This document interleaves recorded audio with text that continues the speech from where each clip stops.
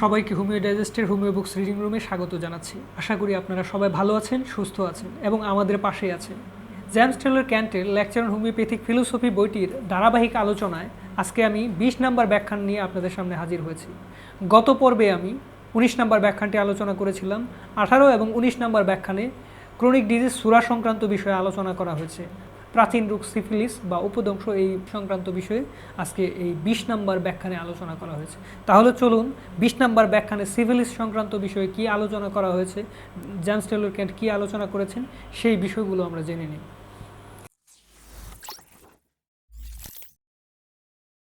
Chronic disease syphilis, প্রাচীন রোগ উপদংশ।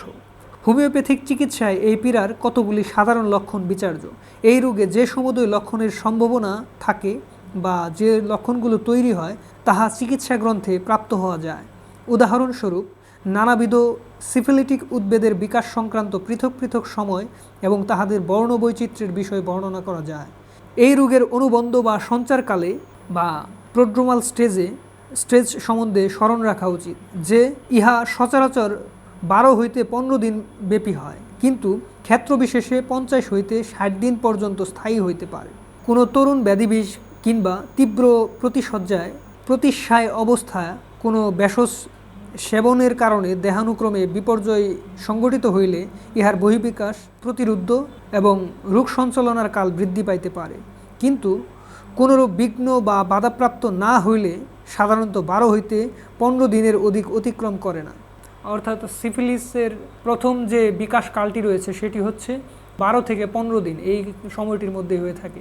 সময় বিশেষে অনেক সময় 50 থেকে 60 দিনও হয়, তারও বেশি হতে পারে যদি কোনো কারণে কোনোভাবে এই সিফিলিসের এই প্রবাহের ক্ষেত্রে প্রাথমিক প্রকাশের ক্ষেত্রে যদি কোনো ধরনের বাধাবিঘ্ন সৃষ্টি হয়, ঔষধ সংক্রান্ত কারণে হতে পারে বা অন্য কোনো কারণে যদি প্রতিবন্ধকতার সৃষ্টি হয়, তাহলে কিন্তু এই সময়টির তারতম্য হতে পারে।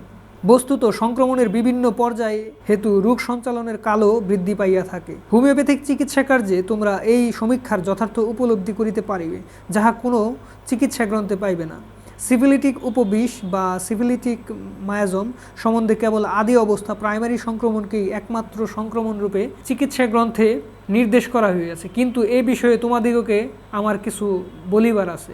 মনে করো আমরা ধরিয়া লইলাম যে সিফিলিটিক মায়াজম বা উপদংশিক উপবিষ এমন একটি ব্যাধি যাহার বুককাল একটি নির্দিষ্ট সময়ব্যাপী, এবং ইহাও ধরিয়া লইলাম যে জৈনিক ব্যক্তি এই রোগের প্রাথমিক অভিব্যক্তিসমূহ বুক করিবার পর চিকিৎসক তাহাকে বলিলেন যে সে ব্যক্তি এখন বিবাহ করিলে কোনো বিপদের আশঙ্কা নাই। অতঃপর সে ব্যক্তি বিবাহ করায় তাহার স্ত্রী রুগ্ন হইয়া পড়িল, কিন্তু স্ত্রীকে এই রোগের প্রাথমিক অভিব্যক্তি বুক করিতে হয় না। প্রাথমিক ক্ষত সেই ক্ষেত্রে উৎপন্ন হয় না, বরং তাহাকে উপদংশিক পীড়া বা সিফিলোডার্মা এবং রোগের শেষ পর্বের উপদ্রবসমূহ বুক করিতে হইবে। অর্থাৎ স্বামীর মধ্যে সিফিলিটিক মায়াজমের যে স্তরটি, সেই সময়ে যে স্টেপে তিনি অবস্থান করছেন, যে স্তরে অবস্থান করছেন, যে ধাপে অবস্থান করছেন, বিয়ে করার পর স্ত্রীর সাথে যদি তার সঙ্গম হয়, তাহলে কিন্তু স্ত্রীর মধ্যে সেই স্টেপটি, সেই স্তরটি তার মধ্যে কিন্তু ফ্লো হবে, তার মধ্যে চলে যাবে। অর্থাৎ স্বামী যদি সিফিলিসের আক্রমণের দ্বিতীয় পর্যায়ে থাকেন, দ্বিতীয় স্টেপে থাকেন, তাহলে স্ত্রীর ক্ষেত্রেও কিন্তু সেই দ্বিতীয় স্তরে থাকা অবস্থায় যে অবস্থাটি স্বামীর মধ্যে তৈরি হয়েছে, সেই স্ত্রীর মধ্যেও কিন্তু সেই অবস্থাটি তৈরি হবে। অর্থাৎ সে স্টেপের যে লক্ষণগুলো আছে সেগুলোই কিন্তু তার ভিতরে পরিস্ফুটিত হবে। স্বামীর শরীর হইতে এই রোগ পত্নীতে সঞ্চারিত হইয়াছিল, অতএব উহা তখন যে স্তরভূত ছিল সংক্রমণটি তদবস্থাতেই গৃহীত হইল। অর্থাৎ যে স্তরে ছিল সেই স্তরেই তার ভিতরে ট্রান্সফার হলো, এবং অতঃপর এই স্তর হইতে পীড়া ক্রমান্বয়ে যথারীতি অগ্রসর হইতে থাকিবে। বিবাহকালে সেই পুরুষের পীড়া যে স্তরে উপস্থিত ছিল সেই অবস্থাতেই তাহার নিকট হইতে রমণীটি উহা প্রাপ্ত হইল। স্বামী যাহা ছিল পত্নী তাহাই গ্রহণ করিল। পতির রোগ যদি পরিণত অবস্থায় থাকে, পত্নী উহা সেই অবস্থাতেই প্রাপ্ত হইবে। পতির যাহা অর্পণ করিবার আছে, পত্নী তাহাই গ্রহণ করিবে। সোরা এবং প্রমেহ সম্বন্ধেও ইহা সমভাবে সত্য। এই সমুদয় বিষয় তরুণ উপবিষ ক্ষেত্রেও কখনো সংঘটিত হয় না। পক্ষান্তরে অন দ্য আদার হ্যান্ড জীর্ণ বা ক্রনিক উপবিষত্রয়ে সম্বলিত সংক্রমণসমূহ সঞ্চারকালে অবস্থা অনুযায়ী আকারপ্রাপ্ত হয়, সেই অবস্থাতেই উহা সঞ্চারিত হয়। সেজন্য যে ব্যক্তির পরিণত অবস্থাপ্রাপ্ত সুরা বর্তমান থাকে, সে তাহার সেই অবস্থাপ্রাপ্ত সুরা স্বীয় সুশীলা পত্নীকে সঞ্চারিত করে। পত্নী তাহা গ্রহণ করিয়া তাহাকে লালন করে। অথচ তাহার নিজস্ব পীড়াও তৎসহ সংযুক্ত হয় এবং তাহার ব্যক্তিগত বৈশিষ্ট্য অনুসারে তাহা বর্ধিত হইতে থাকে। অনেক সময় কিন্তু বৈষম্য হেতু সংরক্ষণ নীতি এই অবস্থায় পত্নীর শরীরকে উপদংশ, সুরা অথবা প্রমেহ অর্থাৎ সিফিলিস, সুরা অথবা সাইকোসিস উপবিষের নতুন সংক্রমণ হইতে রক্ষা করে। তাহার দেহানুক্রমে বিদ্যমান বৈলক্ষণ্যসমূহ সর্বত্র এরূপ বিষদৃশ যে সে তাহাকে সংক্রমণ হইতে উদ্ধার করে। সেই কারণে পুরাতন প্রমেহ বা গ্লিট দুঃসাশ্রিত পুরুষের সহিত কোনো রমণী রতি সম্ভোগ করিয়াও সেই রোগের সংক্রমণ হইতে অব্যাহতি পাইতে পারে এবং এই কারণে বিভিন্ন অবস্থাপ্রাপ্ত উপদংশ হইতেও তাহার রক্ষা পাওয়া সম্ভব। অর্থাৎ আমরা জানি মানুষকে রোগ বিভিন্ন ক্রাইটেরিয়ায় বিভিন্নভাবে আক্রমণ করতে পারে। আমার একজন পেশেন্টের শরীরে যে রোগটি অবস্থান করছে সে যদি অন্য কোনো রোগে আক্রান্ত হতে হয়, তাকে নতুন কোনো রোগে যদি সে আক্রান্ত হতে হয় তাহলে কি হবে? সেই রোগটিকে অবশ্যই শক্তিশালী হতে হবে। যদি শক্তিশালী না হয় তাহলে কিন্তু সে তার ভিতরে স্থান লাভ করতে পারবে না। অনুরূপভাবে প্রতি শরীরে যদি কোনো ধরনের আগে থেকেই কোনো ধরনের জটিল কোনো রোগ থেকে থাকে, অন্য কোনো মায়াজম দিয়ে আক্রান্ত থাকে এবং সেটি অ্যাক্টিভ অবস্থায় থাকে, তাহলে কিন্তু সে এই স্বামীর কাছ থেকে সেই মায়াজমের দ্বারা সে আক্রান্ত হবে না। এটাই বলা হয়েছে বৈষম্য হেতু সংরক্ষণ নীতি। সে ব্যক্তির সহিত সংস্পর্শে এই রমণী পত্নী রূপে অবস্থান করিতে পারে, তাহার দ্বারা সন্তানবর্তী হইতে পারে, কিন্তু সন্তানটি উপদংশ হেতু মসীবর্ণ প্রাপ্ত হইলেও রমণী স্বয়ং কোনো সিফিলিটিক লক্ষণ প্রাপ্ত হয় না। তাহার কারণ এই যে সন্তান তাহার পিতার বীর্য হইতে উৎপন্ন, যার ফলে মাতা কেবল ক্ষেত্ররূপে উহা ধারণ করে। এই সমুদয় বিষয় প্রতিপাদন করিবার মতো যথেষ্ট শরীর ক্রিয়া সম্বন্ধীয় দৃষ্টিশ্রিদ্ধ আছে। আমি কতিপয় স্থলে দেখিয়াছি সন্তান সিফিলিটিক মায়াজমে অর্থাৎ উপদংশ বিষে কৃষ্ণবর্ণ মূর্তি ধারণ করিয়া জন্মগ্রহণ করিল এবং সে কারণে তাহার প্রসূতির উপদংশিক লক্ষণরাজি প্রকাশিত হইবে প্রত্যাশা করিয়াছিলাম, কিন্তু তাহার সেরূপ কোনো চিহ্ন পরিলক্ষিত হয় নাই। যখন উপদংশের প্রাথমিক অবস্থায় সংক্রমণ সংঘটিত হয় তখন উহা কোনো প্রকারে গোপন রাখা যায় না, কিন্তু তাহার গৌণ অথবা টারশিয়ারি পর্যায়ে সংক্রমিত হইলে উহা এরূপ প্রচ্ছন্নভাবে অগ্রসর হয় যে তাহা সহজে আবিষ্কার করা যায় না। পতির প্রাথমিক ক্ষত বর্তমান থাকিলে পত্নীর দেহে সেই ক্ষত বিকাশ পাইবে, কিন্তু পতি যদি উপদংশের তৃতীয় পর্যায়ে পীড়ার যাবতীয় অভিব্যক্তি অতিক্রম করে কিংবা প্রতিরোধ করিয়া তাহার রোগটি পত্নীকে সঞ্চারিত করে, তখন পত্নী উহা আকর্ষণ করিল কিনা তাহা তোমরা বুঝিতে পারিবে না। অর্গানন অধ্যয়নকালে আমরা দেখিয়াছি বিষদৃশ ব্যাধিসমূহ পরস্পরকে বিতাড়িত করে। অতএব যদি রমণীর দেহানুক্রমে ক্রনিক ডিজিজ বা জীর্ণ পীড়ারূপে কোনো রোগ অবস্থিত থাকে, যথা যক্ষা অবস্থা, তবে সে এই নতুন সংক্রমণ হইতে রক্ষা পাইবে। তাহার শরীর যন্ত্রটি পরিণাম হেতু তাহার দেহ পূর্ব হইতে অবস্থিত পীড়ার জর্জরিত থাকার কারণে সে এই অবস্থা থেকে সে রক্ষা পাবে। বিষদৃশ রোগসমূহ পরস্পরকে প্রতিনিবৃত্ত করে এবং সদৃশ রোগসমূহ পরস্পরকে আকর্ষণ ও আরোগ্য করে। বিষদৃশ হওয়া সত্ত্বেও যদি সুরার অভিব্যক্তি মৃদু ভাবাপন্ন হয় তবে অন্য সংক্রমণ তাহার স্থলাভিষিক্ত হইতে পারে, তখন সেই দেহানুক্রমে উপদংশিক বা সিফিলিটিক অবস্থা অনুপ্রবিষ্ট হয়। পরস্পরের উপর পীড়াসমূহের প্রভাব সম্বন্ধে জ্ঞান থাকা আবশ্যক, কারণ একটি পীড়া কিরূপে অন্যটিকে প্রভাবান্বিত করিল বা প্রভাবিত করিতে পারে এই বিষয়টি বুঝতে পারি। হোমিওপ্যাথিক ঔষধসমূহের ক্রিয়া পর্যালোচনা করিলে উপদংশিক বা সিফিলিটিক উপবিষ সম্বন্ধে আমরা বহু শিক্ষা প্রাপ্ত হই। অনুবন্ধ অবস্থার অবসানে আমরা প্রাথমিক ক্ষত প্রত্যাশা করি। স্বল্পাধিক 6 সপ্তাহ কালের পর বাহ্যিক অভিব্যক্তিসমূহ চর্মের রক্তিম উদ্বেদ এবং অন্যান্য চর্ম উদ্বেদ প্রত্যাশা করি। তাহার অব্যাহতির পরে ওই সমুদয় উদ্বেদ বৃদ্ধমানে অথবা বিলুপ্ত হইলে কণ্ঠা অভ্যন্তরে শ্লৈষিক বিকার ও ক্ষতাদি ও পরিশেষে কেশপতন প্রত্যাশা করি।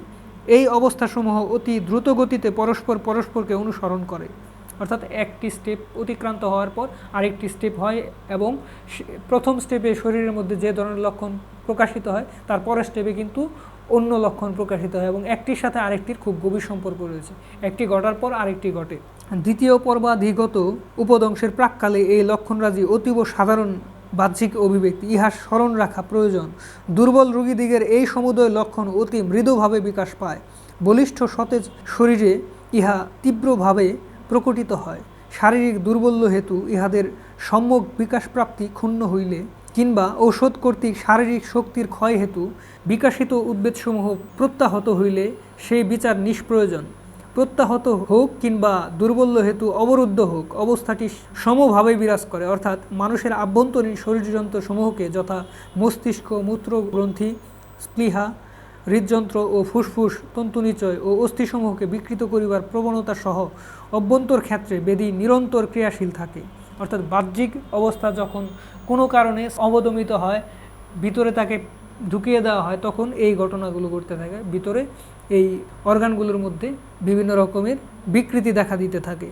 উপদংশ যখন মানুষের আভ্যন্তরীণ তন্তুসমূহ অধিকার করিতে আরম্ভ করে, তখন অস্থি আবরক তন্তু বা পেরিস্টোনিয়াম অস্থি এবং মস্তিষ্ক এই তন্তুসমূহকে প্রধান ক্ষেত্ররূপে নির্বাচন করে। ইহার সহিত সুরার বৈপরীত্য এই যে সুরা সাধারণত সুনিতবাহী নলী সকল এবং যকৃৎ আক্রমণ করে এবং চর্মের নিম্নে দূষিত পদার্থ সঞ্চিত করিয়া স্ফুটক ও পুজ উৎপাদন করে। উপদংশ স্ফুটক প্রকৃত স্ফুটক নহে, পরন্তু উহা অত্যন্ত দূষিত ভ্রূণসমূহের গুচ্ছ। রোগ ব্যাহত হইয়াছে ধরিয়া লইয়া উপদংশ উপবিশের পশ্চাৎ অভিমুখী প্রত্যাবর্তন নীতি পর্যবেক্ষণ করিলে আমরা ইহার অতিক্রান্ত পর্যায়গুলি আবিষ্কার করিতে পারিব। পীড়ার প্রাথমিক স্তরে হোমিওপ্যাথিক চিকিৎসা সূচিত হইলে তাহা রোগের মূলে আঘাত করিবে, যাহা গুপ্তভাবে থাকিতে পারিত তাহাকে প্রকাশিত করিবে এবং সমুদয় বিষয়টিকে এরূপ সুশৃঙ্খল করিয়া আনিবে যে যন্ত্রণাদায়ক প্রাথমিক ক্ষত তখন যন্ত্রণা শূন্য হইবে এবং মৃদু ও নিরাপদ ক্ষতরূপে পরিবর্তিত হইয়া যাইবে। যে বাগী বা বিউব অন্যথায় পরিণত হইবার সম্ভাবনা ছিল না, এখন তাহাতে পুজোৎপত্তি হইবে, শ্লৈষিক বিকারসমূহ প্রতিহত হইবে, গলক্ষত যথেষ্ট উপসম্প্রাপ্ত হইবে এবং এইরূপে রোগীর তাবৎ সমুদয় রোগ অভিব্যক্তির মধ্যে সে সুস্থ অনুভব করিবে। এই প্রাথমিক স্তরে আমরা পীড়ার পশ্চাৎগত অভিব্যক্তির কোনো ক্ষতাদির সাক্ষাৎ পাই না বটে, কিন্তু দেখিতে পাই গভীর ও স্থায়ীভাবে দেহানুক্রমে আয়ত্ত না করা পর্যন্ত রোগের অভিব্যক্তিসমূহকে শান্ত ও দমন করিয়া রাখিবার প্রবণতা হোমিওপ্যাথিক ঔষধে বিদ্যমান আছে। অতএব তাহারা ক্রমে ক্রমে অবসিত হইয়া যায়। প্রাথমিক স্তরের অভিব্যক্তিসমূহের উপর হোমিওপ্যাথিক ঔষধের ক্রিয়া এইরূপ দেখা গেল। কিন্তু আমরা যদি সর্বশেষ অভিব্যক্তিসমূহ বা প্রকাশসমূহ পরীক্ষা করিতে অগ্রসর হই, তাহা হইলে আমরা বিপরীত অবস্থা দেখতে পাইব। তোমরা যদি অত্যন্ত বিলম্বে এই রোগের চিকিৎসা কার্যে ব্রতী হও, অর্থাৎ রোগের একবারে শেষ স্টেপে যখন রোগটি অবস্থান করছে, তখন যদি চিকিৎসা কার্যে ব্রতী হও, অর্থাৎ চিকিৎসা শুরু করো, ধরো একটি রোগীর হয়তো 5 বা 10 বছর কাল রোগের আবর্তে ঘুরিতেছে এবং সর্বপ্রকার দূষিত চিকিৎসা প্রাপ্ত হইয়াছে, তাহার উভয় পার্শ্ব অর্থাৎ তার মাথার দুই পাশেই ভীষণ বেদনা, তাহার মানসিক শক্তি দিন দিন ক্ষীণ, রোগের তৃতীয় পর্বের সাধারণ লক্ষণসমূহ প্রকটিত হইতেছে, ঘামাকৃতির এবং সুগভীর ক্ষতরাজি আবির্ভাবের প্রবণতা রহিয়াছে এবং তাহার স্বাস্থ্যভগ্ন হইবার উপক্রম হইয়াছে। এরূপ ক্ষেত্রে তোমরা দেখিবে যে কেবল ধাতু সংশোধক ঔষধই কনস্টিটিউশনাল রিমিডি তাহার স্বাস্থ্য পুনঃস্থাপন করিতে সমর্থ এবং তাহার দেহের উপরিভাগে যে কোনো স্থানে বাহ্যিক লক্ষণরাজি বিকাশিত করিয়া তাহার আরোগ্য সাধন করিবে।